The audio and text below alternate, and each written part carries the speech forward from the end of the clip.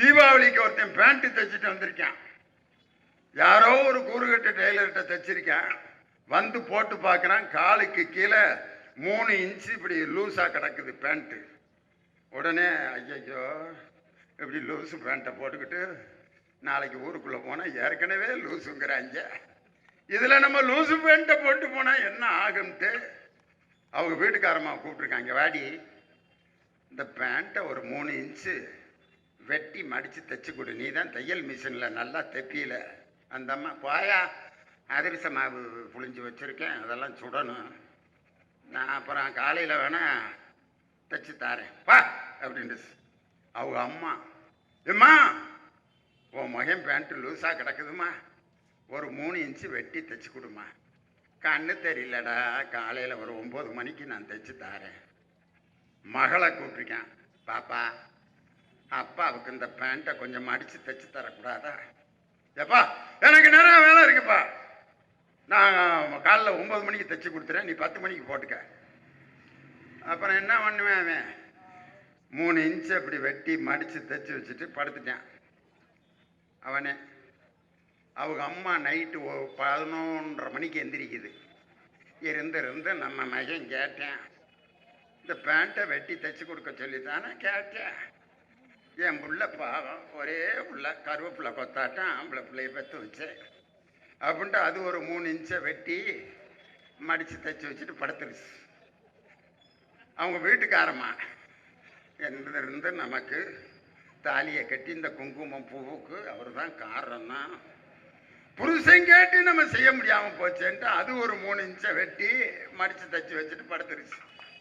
4:30 மணிக்கு மக எந்திரிச்சிருக்கா. பெத்த அப்பனுக்கு இந்த உதவி கூட செய்யலைன்னா ஒரு பொம்பளை பிள்ளை இருந்து என்ன பிரயோஜனம்? வெட்டுனா மடிச்சா படுத்துட்டான். காலையில் ஐயா தலைக்கு ஊற்றிட்டு ஜம்முன்னு சட்டையை போட்டு அன்றாயிரம் மாட்டிக்கிட்டு பேண்ட்டை தேடுறான். கோமணம் மட்டும்தான் இருக்கு, மீதியை பூரா தவணை முறையில் வெட்டி கிடக்குது. உங்களுக்கு கொடுத்த அந்த 4.5 ஆண்டுகளில் 50 ரூபாய் கொடுக்க கூட துப்பில்லாத எடப்பாடி பழனிசாமி இன்று என் தலைவரை பார்த்து கை நீட்டி பேசுவதற்கு எந்த அருகதையும் எடப்பாடி பழனிசாமிக்கு இல்லை. அதுல ஒண்ணு சொல்றாரியா, உண்மையிலே கோச்சுக்கிறாதீங்க, முதலமைச்சர் ஆகிறதுக்கு ஒவ்வொருத்தருக்கும் பல வழி இருக்கு. இப்ப புதுசா கட்சி ஆரம்பிச்சவரு மாசத்துக்கு ஒரு தடவை வந்து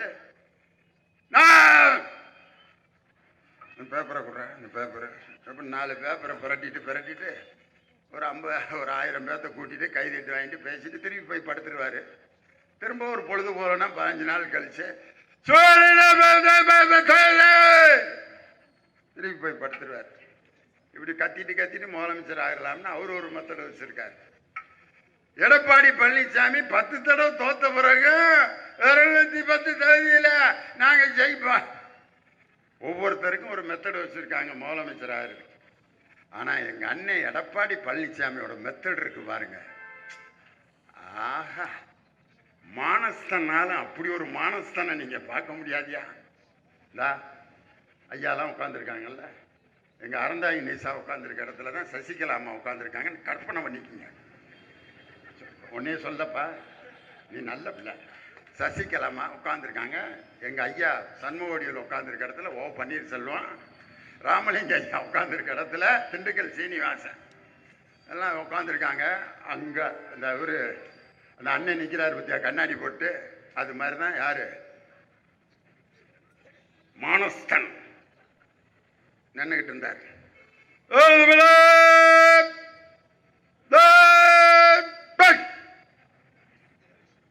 எங்கடா நின்றுகிட்டு இருந்தால காணான்னு தேடுறாங்க எல்லாரும். சேரு காலுகளுக்கு அடியில் ஐயா கிளம்பி வந்துகிட்டு இருக்காரு, டங்கர டங்க டங்கர. அதுக்கு ஒரு மியூசிக் போட்டாங்க பாரு.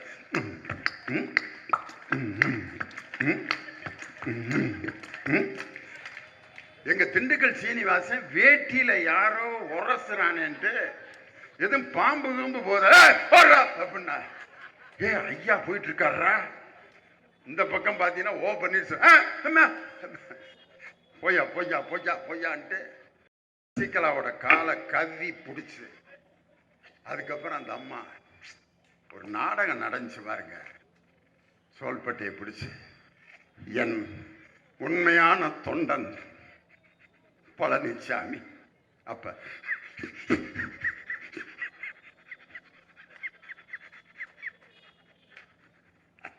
அன்னைக்கு போட்ட அழுகதான் தமிழ்நாட்டே நான் அழுக வைக்க போறேன்ட்டு அன்னைக்கு நடித்த அந்த நடிப்பு ஏன் தலைவரை பார்த்து பயப்படுகிறேன்னு சொல்றாரு. பயத்தினுடைய உச்சகட்டத்தினுடைய எடப்பாடி பழனிசாமி.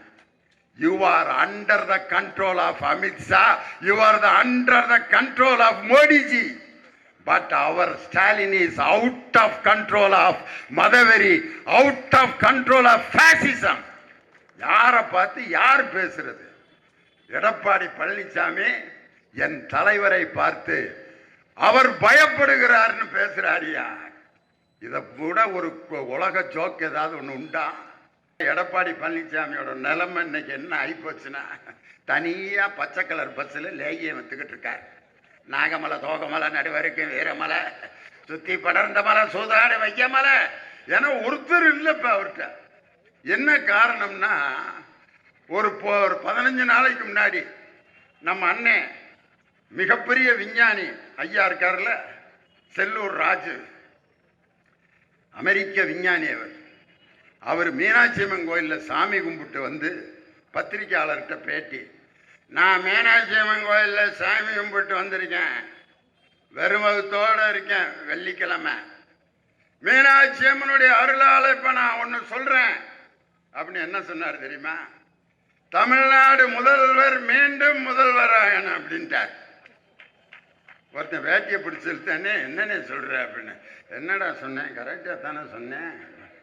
தமிழ்நாடு முதல்வர் மீண்டும் முதல்வர் ஆகணும்னா ஸ்டாலின் அப்படியா இல்லை சொல்லிக்கல, மீனாட்சி அம்மன் பேர்ல ஆணையிட்டு சொல்லிட்டார். மேட்ரு முடிஞ்சிருச்சுனே. அவருக்கே மனசார தெரிஞ்சிருச்சு, மீனாட்சி அம்மன் சாமி கும்பிட்டு வெறுமைத்தோட வந்து மீண்டும் தலைவர் தான் முதலமைச்சராருன்னு. யாரு? செல்லூர் ராஜ். 2 வருஷத்துக்கு முன்னாடி எங்க அண்ணன் திண்டுக்கல் சீனிவாசன் எங்க ஊருக்காரு, அவரு மேடையில அனைத்து இந்திய அண்ணா திராவிட முன்னேற்ற கழகத்தின் தொண்டர்களுக்கு ஒரு வேண்டுகோள், நாம் அனைவரும் கஷ்டப்பட்டு உழைத்து ஸ்டாலின் அவர்களை மீண்டும் முதல்வராக்க வேண்டும் அப்படின்னாரு. இன்னொருத்த வேட்டியை பிடிச்சானே, என்னடா சொன்னேன் அப்படியா? எடப்பாடி முடிஞ்சுனே, கதை முடிஞ்சுனே. அவங்க குரூப்புகளே வாங்கி சொல்றாங்கன்னா அப்ப அவங்க மனசுக்குள்ள என்ன ஓடிக்கிட்டு இருக்குன்னு பாருங்க. இப்ப சட்டமன்றத்தில் என்ன நடந்துச்சு தெரியுமா? ஐயோ ஐயோ, ஓ பன்னீர்செல்வம் அணியில் இருக்க ஒரு எம்எல்ஏ என்ன பேச்சுங்க, எந்திரிச்சு பேசுறாரு. மாண்புமிகு தமிழக முதல்வர் ஸ்டாலின் அவர்கள் 2026 புரட்சி தலைவர் எம்ஜிஆர் அவர்களுடைய ஆசியுடன், புரட்சி தலைவி அம்மா அவர்களுடைய நல்லாசியுடன் மீண்டும் தமிழ்நாட்டின் முதலமைச்சர் ஆகணும். யாரு? அவங்க 2 பேர்த்தோட ஆசியுடன். யாரு? அதிமுக வேட்டியை கட்டிக்கிட்டு பேசுறாரு. நேரம் எடப்பாடி பழனிசாமி ஆஸ்பத்திரியில் போய் படுத்துறோங்க. வேணாம்டா, நம்ம குரூப்பே நமக்கு எதிராக இருக்காங்க. இதை விட கிளைமேக்ஸ் என்ன தெரியுமா? ஓ பன்னீர்செல்வம் ஜெயலலிதா அம்மையாரால் 3 தடவை முதலமைச்சராக்கப்பட்டவர். அவர் 2026 தமிழகத்தின் முதல்வராக என் நண்பர் ஸ்டாலின் அவர்கள் முதலமைச்சர் ஆவதை யாரும் தடுக்க முடியாது. எடப்பாடி பழனிசாமி தலையில் தண்டி வேட்டியை போட்டு எல்லாம் முடிஞ்சு மாப்பிள்ள, இனி என்ன பண்றது, ஏதாவது முடிஞ்ச வரைக்கும் லேகியத்தை வித்து பார்ப்போம், வாங்கி சாப்பிட்டாங்கன்னா உண்டு, இல்லாட்டி போய் அங்கே உட்காந்துட வேண்டியதுதான் அப்படின்ட்டு நேற்று அம்பத்தூர்ல வேட்டி இந்த இது ஏலம் போட்டு வேட்டி விற்பாங்க எல்லாம் சந்தையில் அது மாதிரி வித்துக்கிட்டு இருக்காரு. ஐயா சூப்பரான வேட்டிங்க, ரொம்ப அற்புதமான வேட்டிங்க, நாகமலை தோகமலை நடுவருக்கு வீரமலையிலிருந்து பின்னின வேட்டிங்க, அது அற்புதமான வேட்டி. குஜராத்தில் நரேந்திர மோடி அமித்ஷா அவர்கள் ஓசியா கொடுத்த வேட்டி ஐயா, ஓசியா கொடுத்த வேட்டி. சிலுவம்பாளையத்துல அயன் பண்ணி மடிச்சு பண்ண வேட்டி இந்த வேட்டி.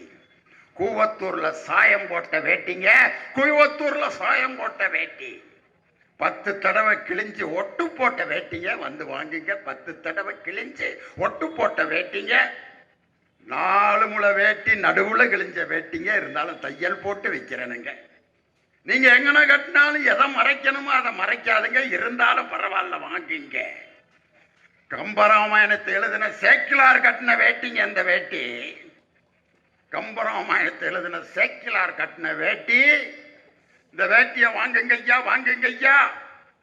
வாங்கலன்னா இந்த வேட்டியை என்ன செய்வார்னா 2026 தலையில போட்டுட்டு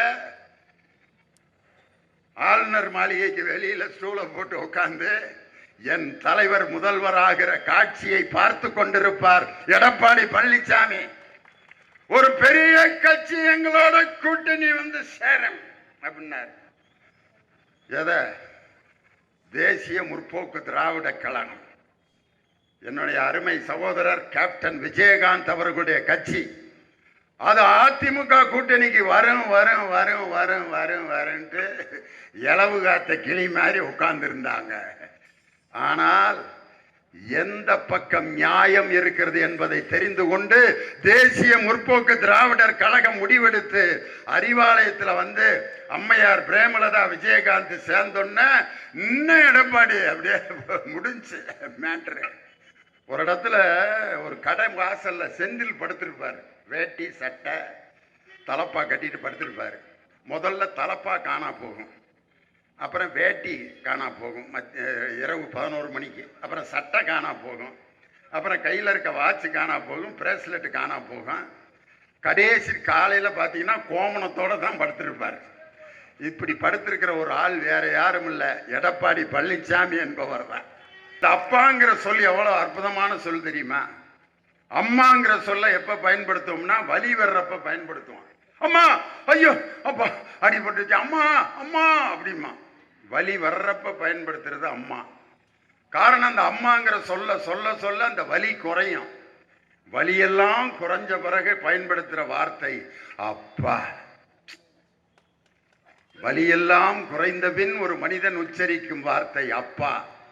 இன்னைக்கு தமிழகத்தின் வழிகளை எல்லாம் போக்கி தமிழக மக்கள் எல்லாம் நம் தமிழகத்தின் முதலமைச்சரை அப்பா என்று அழைப்பதற்கு காரணம் இந்த தமிழகத்தின் வழிகளை போக்கிய ஒரு முதலமைச்சர். Stalin is more dangerous than Kalaignar அப்படின்னு சொன்னவர் இப்ப சவிக்கம் இல்லாமல் படுத்திருக்கார். யாரு? ஹெச் ராஜா ஐயா. அவர் எவ்வளவோ நம்ம தலைவரை விமர்சனம் பண்ணி கேவலமான மேடையில் பேசியிருக்காரு. ஆனால் நம்ம தலைவர் இன்னைக்கு கொடுத்திருக்கிற தலைப்பு மாதிரி பேரன்பால் மனதை வென்றவர்ங்கிற தலைப்புக்கு தகுந்த மாதிரி தன்னை அவமரியாதையாக பேசிய அந்த ஹெச் ராஜா சுகமில்லாமல் இருந்த போது மருத்துவமனையில் போய் பார்த்து கையை பிடித்து நீங்கள் குணமாக வேண்டும் என்று சொன்ன ஒரு ஒப்பற்ற குணத்துக்கு சொந்தக்காரர் நம் தலைவர். அதாயா அவர்கிட்ட இருக்க ஒரு மிகப்பெரிய சிறப்பு. அம்மா ஜெயலலிதா அவர்கள் பெயரில் இருக்கக்கூடிய இசை பல்கலைக்கழகம். அந்த பல்கலைக்கழகத்துக்கு நேற்று இங்க ஐயா பேசிட்டு போயிருக்காரு. யாரு? பாம்பாட்டி பழனிசாமி. இங்கதான் அம்பத்தூர்ல தான் பேசினாராம்ல நேற்று.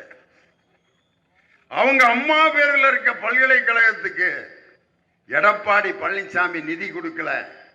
ஆனால் எங்கள் தலைவர் அந்த ஜெயலலிதா அம்மையார் பெயரில் இருக்கும் இசை பல்கலைக்கழகத்தினுடைய பட்டமளிப்பு விழாவில் போய் கலந்துக்கிட்டு யாருக்கு டாக்டர் பட்டம் கொடுத்தார்னா அம்மையார் பி சுசீலா அவர்களுக்கும் அண்ணன் சிவகுமார் அவர்களுக்கும் டாக்டர் பட்டம் எங்க ஜெயலலிதா அம்மா பேர்ல இருக்க அந்த பல்கலைக்கழகத்தில் டாக்டர் பட்டம் கொடுத்துட்டு அந்த பல்கலைக்கழகத்துக்கு 3 கோடி ரூபாய் நிதி வழங்கிய தலைவர் நம் தமிழகத்தினுடைய முதலமைச்சர். யாரு?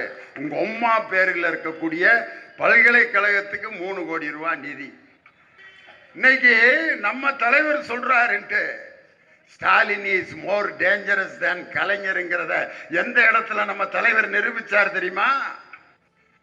1000 ரூபாய் கொடுக்கின்ற மகளிர் உரிமை தொகையை நிறுத்துவதற்கு நீதிமன்றம் மூலம் செய்த சதியை முறியடித்து ஒரே இரவுக்குள் 1,39,00,000 மகளிருக்கு ஒரே நாள் இரவு அத்தனை பேருக்கும் பேங்க் அக்கவுண்ட்ல 5,000 ரூபாய் டிரான்ஸ்பர் ஆச்சு பாருங்க.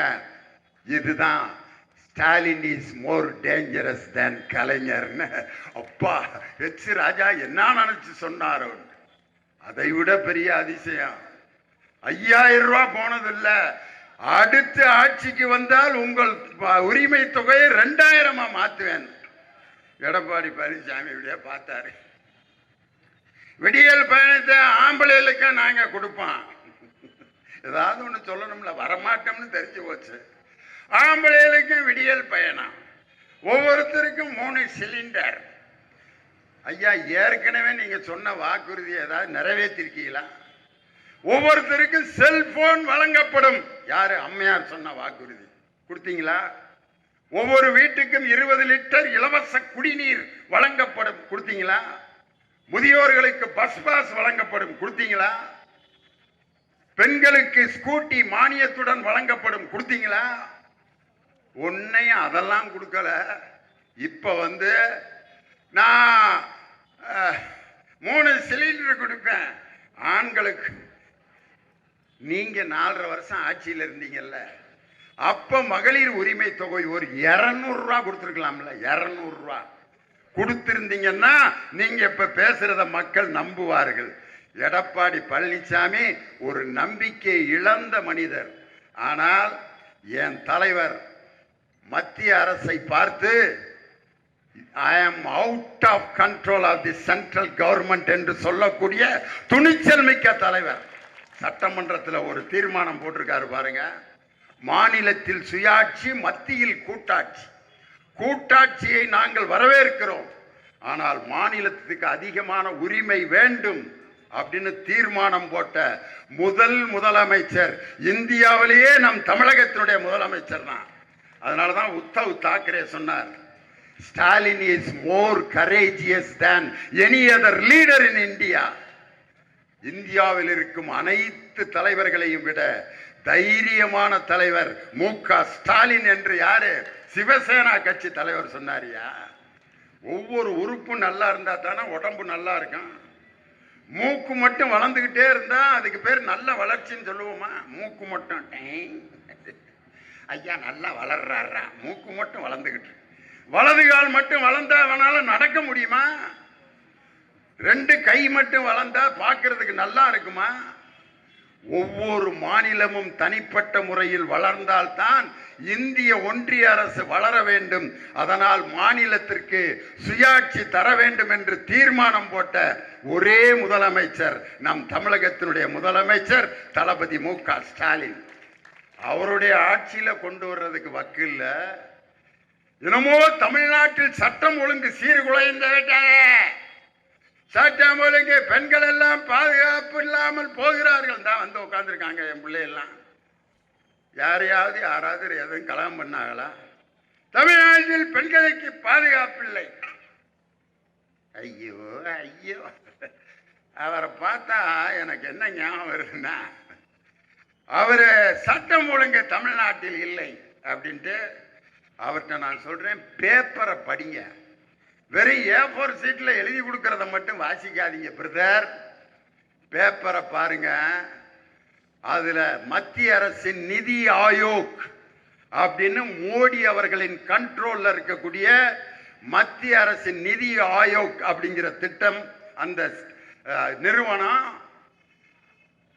இந்தியாவிலேயே பொருளாதார வளர்ச்சியில் முதல் மாநிலம் தமிழ்நாடு 11.69% அப்படின்னு சென்ட்ரல் கவர்மெண்ட் கணக்கு போட்டு கொடுத்துருக்கு. இவர் தமிழ்நாட்டில் எந்த திட்டம் இல்ல. பேப்பரை படிங்க, பேப்பரை படிங்க. பேப்பரை படிக்காம இன்னைக்கு எப்படி இருக்காருன்னா, எங்க ஊர்ல ஒருத்தர் ஒரு செக்கிங் இன்ஸ்பெக்டர் இந்த பஸ்ல டிக்கெட் எடுத்திருக்காங்களான்னு பார்க்க வருவார்ல, அந்த செக்கிங் இன்ஸ்பெக்டர் உள்ள ஏறி இருக்காரு. டேய், என்னைய பத்தி யாருக்கும் எப்படியாப்பட்டவன் தெரியுமா? செக்கிங் இன்ஸ்பெக்டர்ல பயங்கரமான ஆள்றான். நான் திடீர்னு ஒருத்தன் டிக்கெட் செக் பண்ணிட்டு இருக்கப்ப இறங்கி வேகமா ஓடுறான். டிக்கெட் எடுக்காம ஓடுறான்டா புறாவன அப்படின்ட்டு வேகமா செக்கிங் இன்ஸ்பெக்டர் பின்னாடியே ஓடுறாரு. 3 தெருவு 4 தெருவு தள்ளி ஓடிட்டான். ராஸ்கல், என்கிட்ட இருந்து நீ தப்பிச்சிருவியாடா அப்படின்னு 5ஆவது தெருவில் போய் அவனை பிடிச்சிட்டு, எறா டிக்கெட்ட, எங்கடா டிக்கெட்டு அப்படின்னு பாக்கெட்ல இருந்து டிக்கெட் எடுத்து கொடுத்துருக்கான். டேய், டிக்கெட்டை எடுத்துட்டீலடா, அப்புறம் ஏன்டா ஓடுன? நான் ஓடுவேன், பரதநாட்டியம் ஆடுவேன், நீ ஏன்டா ஏன் பின்னாடி ஓடி வந்த? ஏய், நீ எடுக்காம ஓடணும்லடா நினைச்சேன். அட பைத்தியம், நான் டிக்கெட்டை எடுத்துட்டேன், நீ வண்டியில கேட்க மறந்துட்ட. டிக்கெட்டை எடுத்தவனை 5 தடவை ஓடி பிடிச்ச அந்த பைத்தியக்கார செக்கிங் இன்ஸ்பெக்டர் மாதிரி தான் எடப்பாடி பழனிசாமி இன்று நம் தலைவருடைய ஆட்சியை கை நீட்டி குற்றம் சொல்லி கொண்டிருக்கிறார். அவருடைய இறுதி முடிவு எழுதப்பட்டு விட்டது. அதிமுக என்ற கட்சியை பாஜகவிடம் அடகு வைத்து அந்த கட்சியை நாசம் செய்வதற்கு அவர் தயாராகிவிட்டார். அதனாலதான் எந்த இடத்துல ஒரு மனுஷன் அழுகக்கூடாதோ அந்த இடத்துல அழுகார். எங்க இதயக்கனி படம் பார்த்துட்டு ஒரு ஆள் அழுகுறான்னா அப்ப அந்த ஆளோட மனசு எப்படி இருக்குன்னு பாத்துங்க. எம்ஜிஆர் பாடிட்டு இருக்கார், இன்பமே உந்தன் பேர் பெண்மையோ என் இதயக்கனி நான் சொல்லும் சொல்லில் மழலை கிளி என் நெஞ்சில் ஆடும் பருவக்குடி சக்கரை பந்தல் நான். எடப்பாடி பழனிசாமி ஏன் அழுதாரு தெரியுமா? இவ்வளவு கஷ்டப்பட்டு இந்த மனுஷன் வளர்த்த கட்சியை இப்படி வெட்டியா ஆக்கி விட்டோம்டா. நாளைக்கு யாராவது கேள்வி கேட்டாங்கன்னா என்ன ஆகும் அப்படின்ட்டு அவர் முகத்தை பார்த்துட்டு அழுகிறதுக்கு காரணம் அதுதான். காரணம், இன்று எடப்பாடி பழனிசாமி அனைத்து விஷயங்களிலும் தோல்வி அடைந்து விட்டார். அவருடைய பயத்தின் உச்சகட்டம் தான் அவர் பாஜகவுடன் கூட்டணி வைத்ததற்கு காரணமே அதுதான். இன்னைக்கு அவர் கூட்டணி வச்சிருக்க ஒன்றிய பிரதமர் நரேந்திர மோடி இருக்காரு, அவர் மாதிரி ஒரு உலக நடிகனை நீங்க பார்க்கவே முடியாது. ஆஹா, இந்த நடிப்புல ஏமாந்த குரூப் எல்லாம் எங்க போனாலும் ஒரு அதுக்கு தகுந்த மாதிரி ஒரு திருக்குறள் பேசுவார். அக்ரா முதல எழுத்தெல்லாம் அதி பக்பன் முதிற்று உலுகு. திருவள்ளுவர் அழுகுறாரு. இவரை யாரா அதெல்லாம் சொல்ல சொன்னாங்க? உழுதண்டு பல்பர் பல்பர் மற்றபர் தொழுதண்டு பென்சல் பார் அப்படிம்பாரு. எந்த ஊருக்கு போறாரோ அந்த சாமிக்கு சே போடுவார். அயோத்தியில போய் ஜெய் ஸ்ரீராம் அப்படிம்பாரு. ஒரிசால போய் ஜெய் ஜெகநாத். தமிழ்நாட்டில் மருத்துவமெல்லாம் முருகனுக்க அரகரா அப்படிம்பாரு. சாமியெல்லாம் பார்க்குது. போற இடத்துல எல்லாம் குடுகுடுப்பக்காரி மாதிரி அந்த இடத்து சாமிக்கு கட கட கடகடன் வாசிக்கிறாரு. அதுதான் Narendra Modi.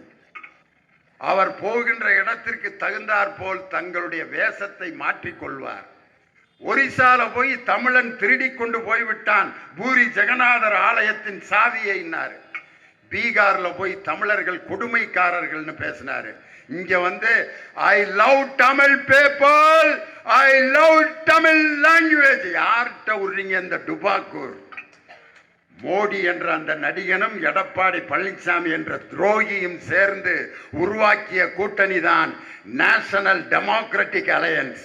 That is not national democratic alliance, that is national disaster alliance.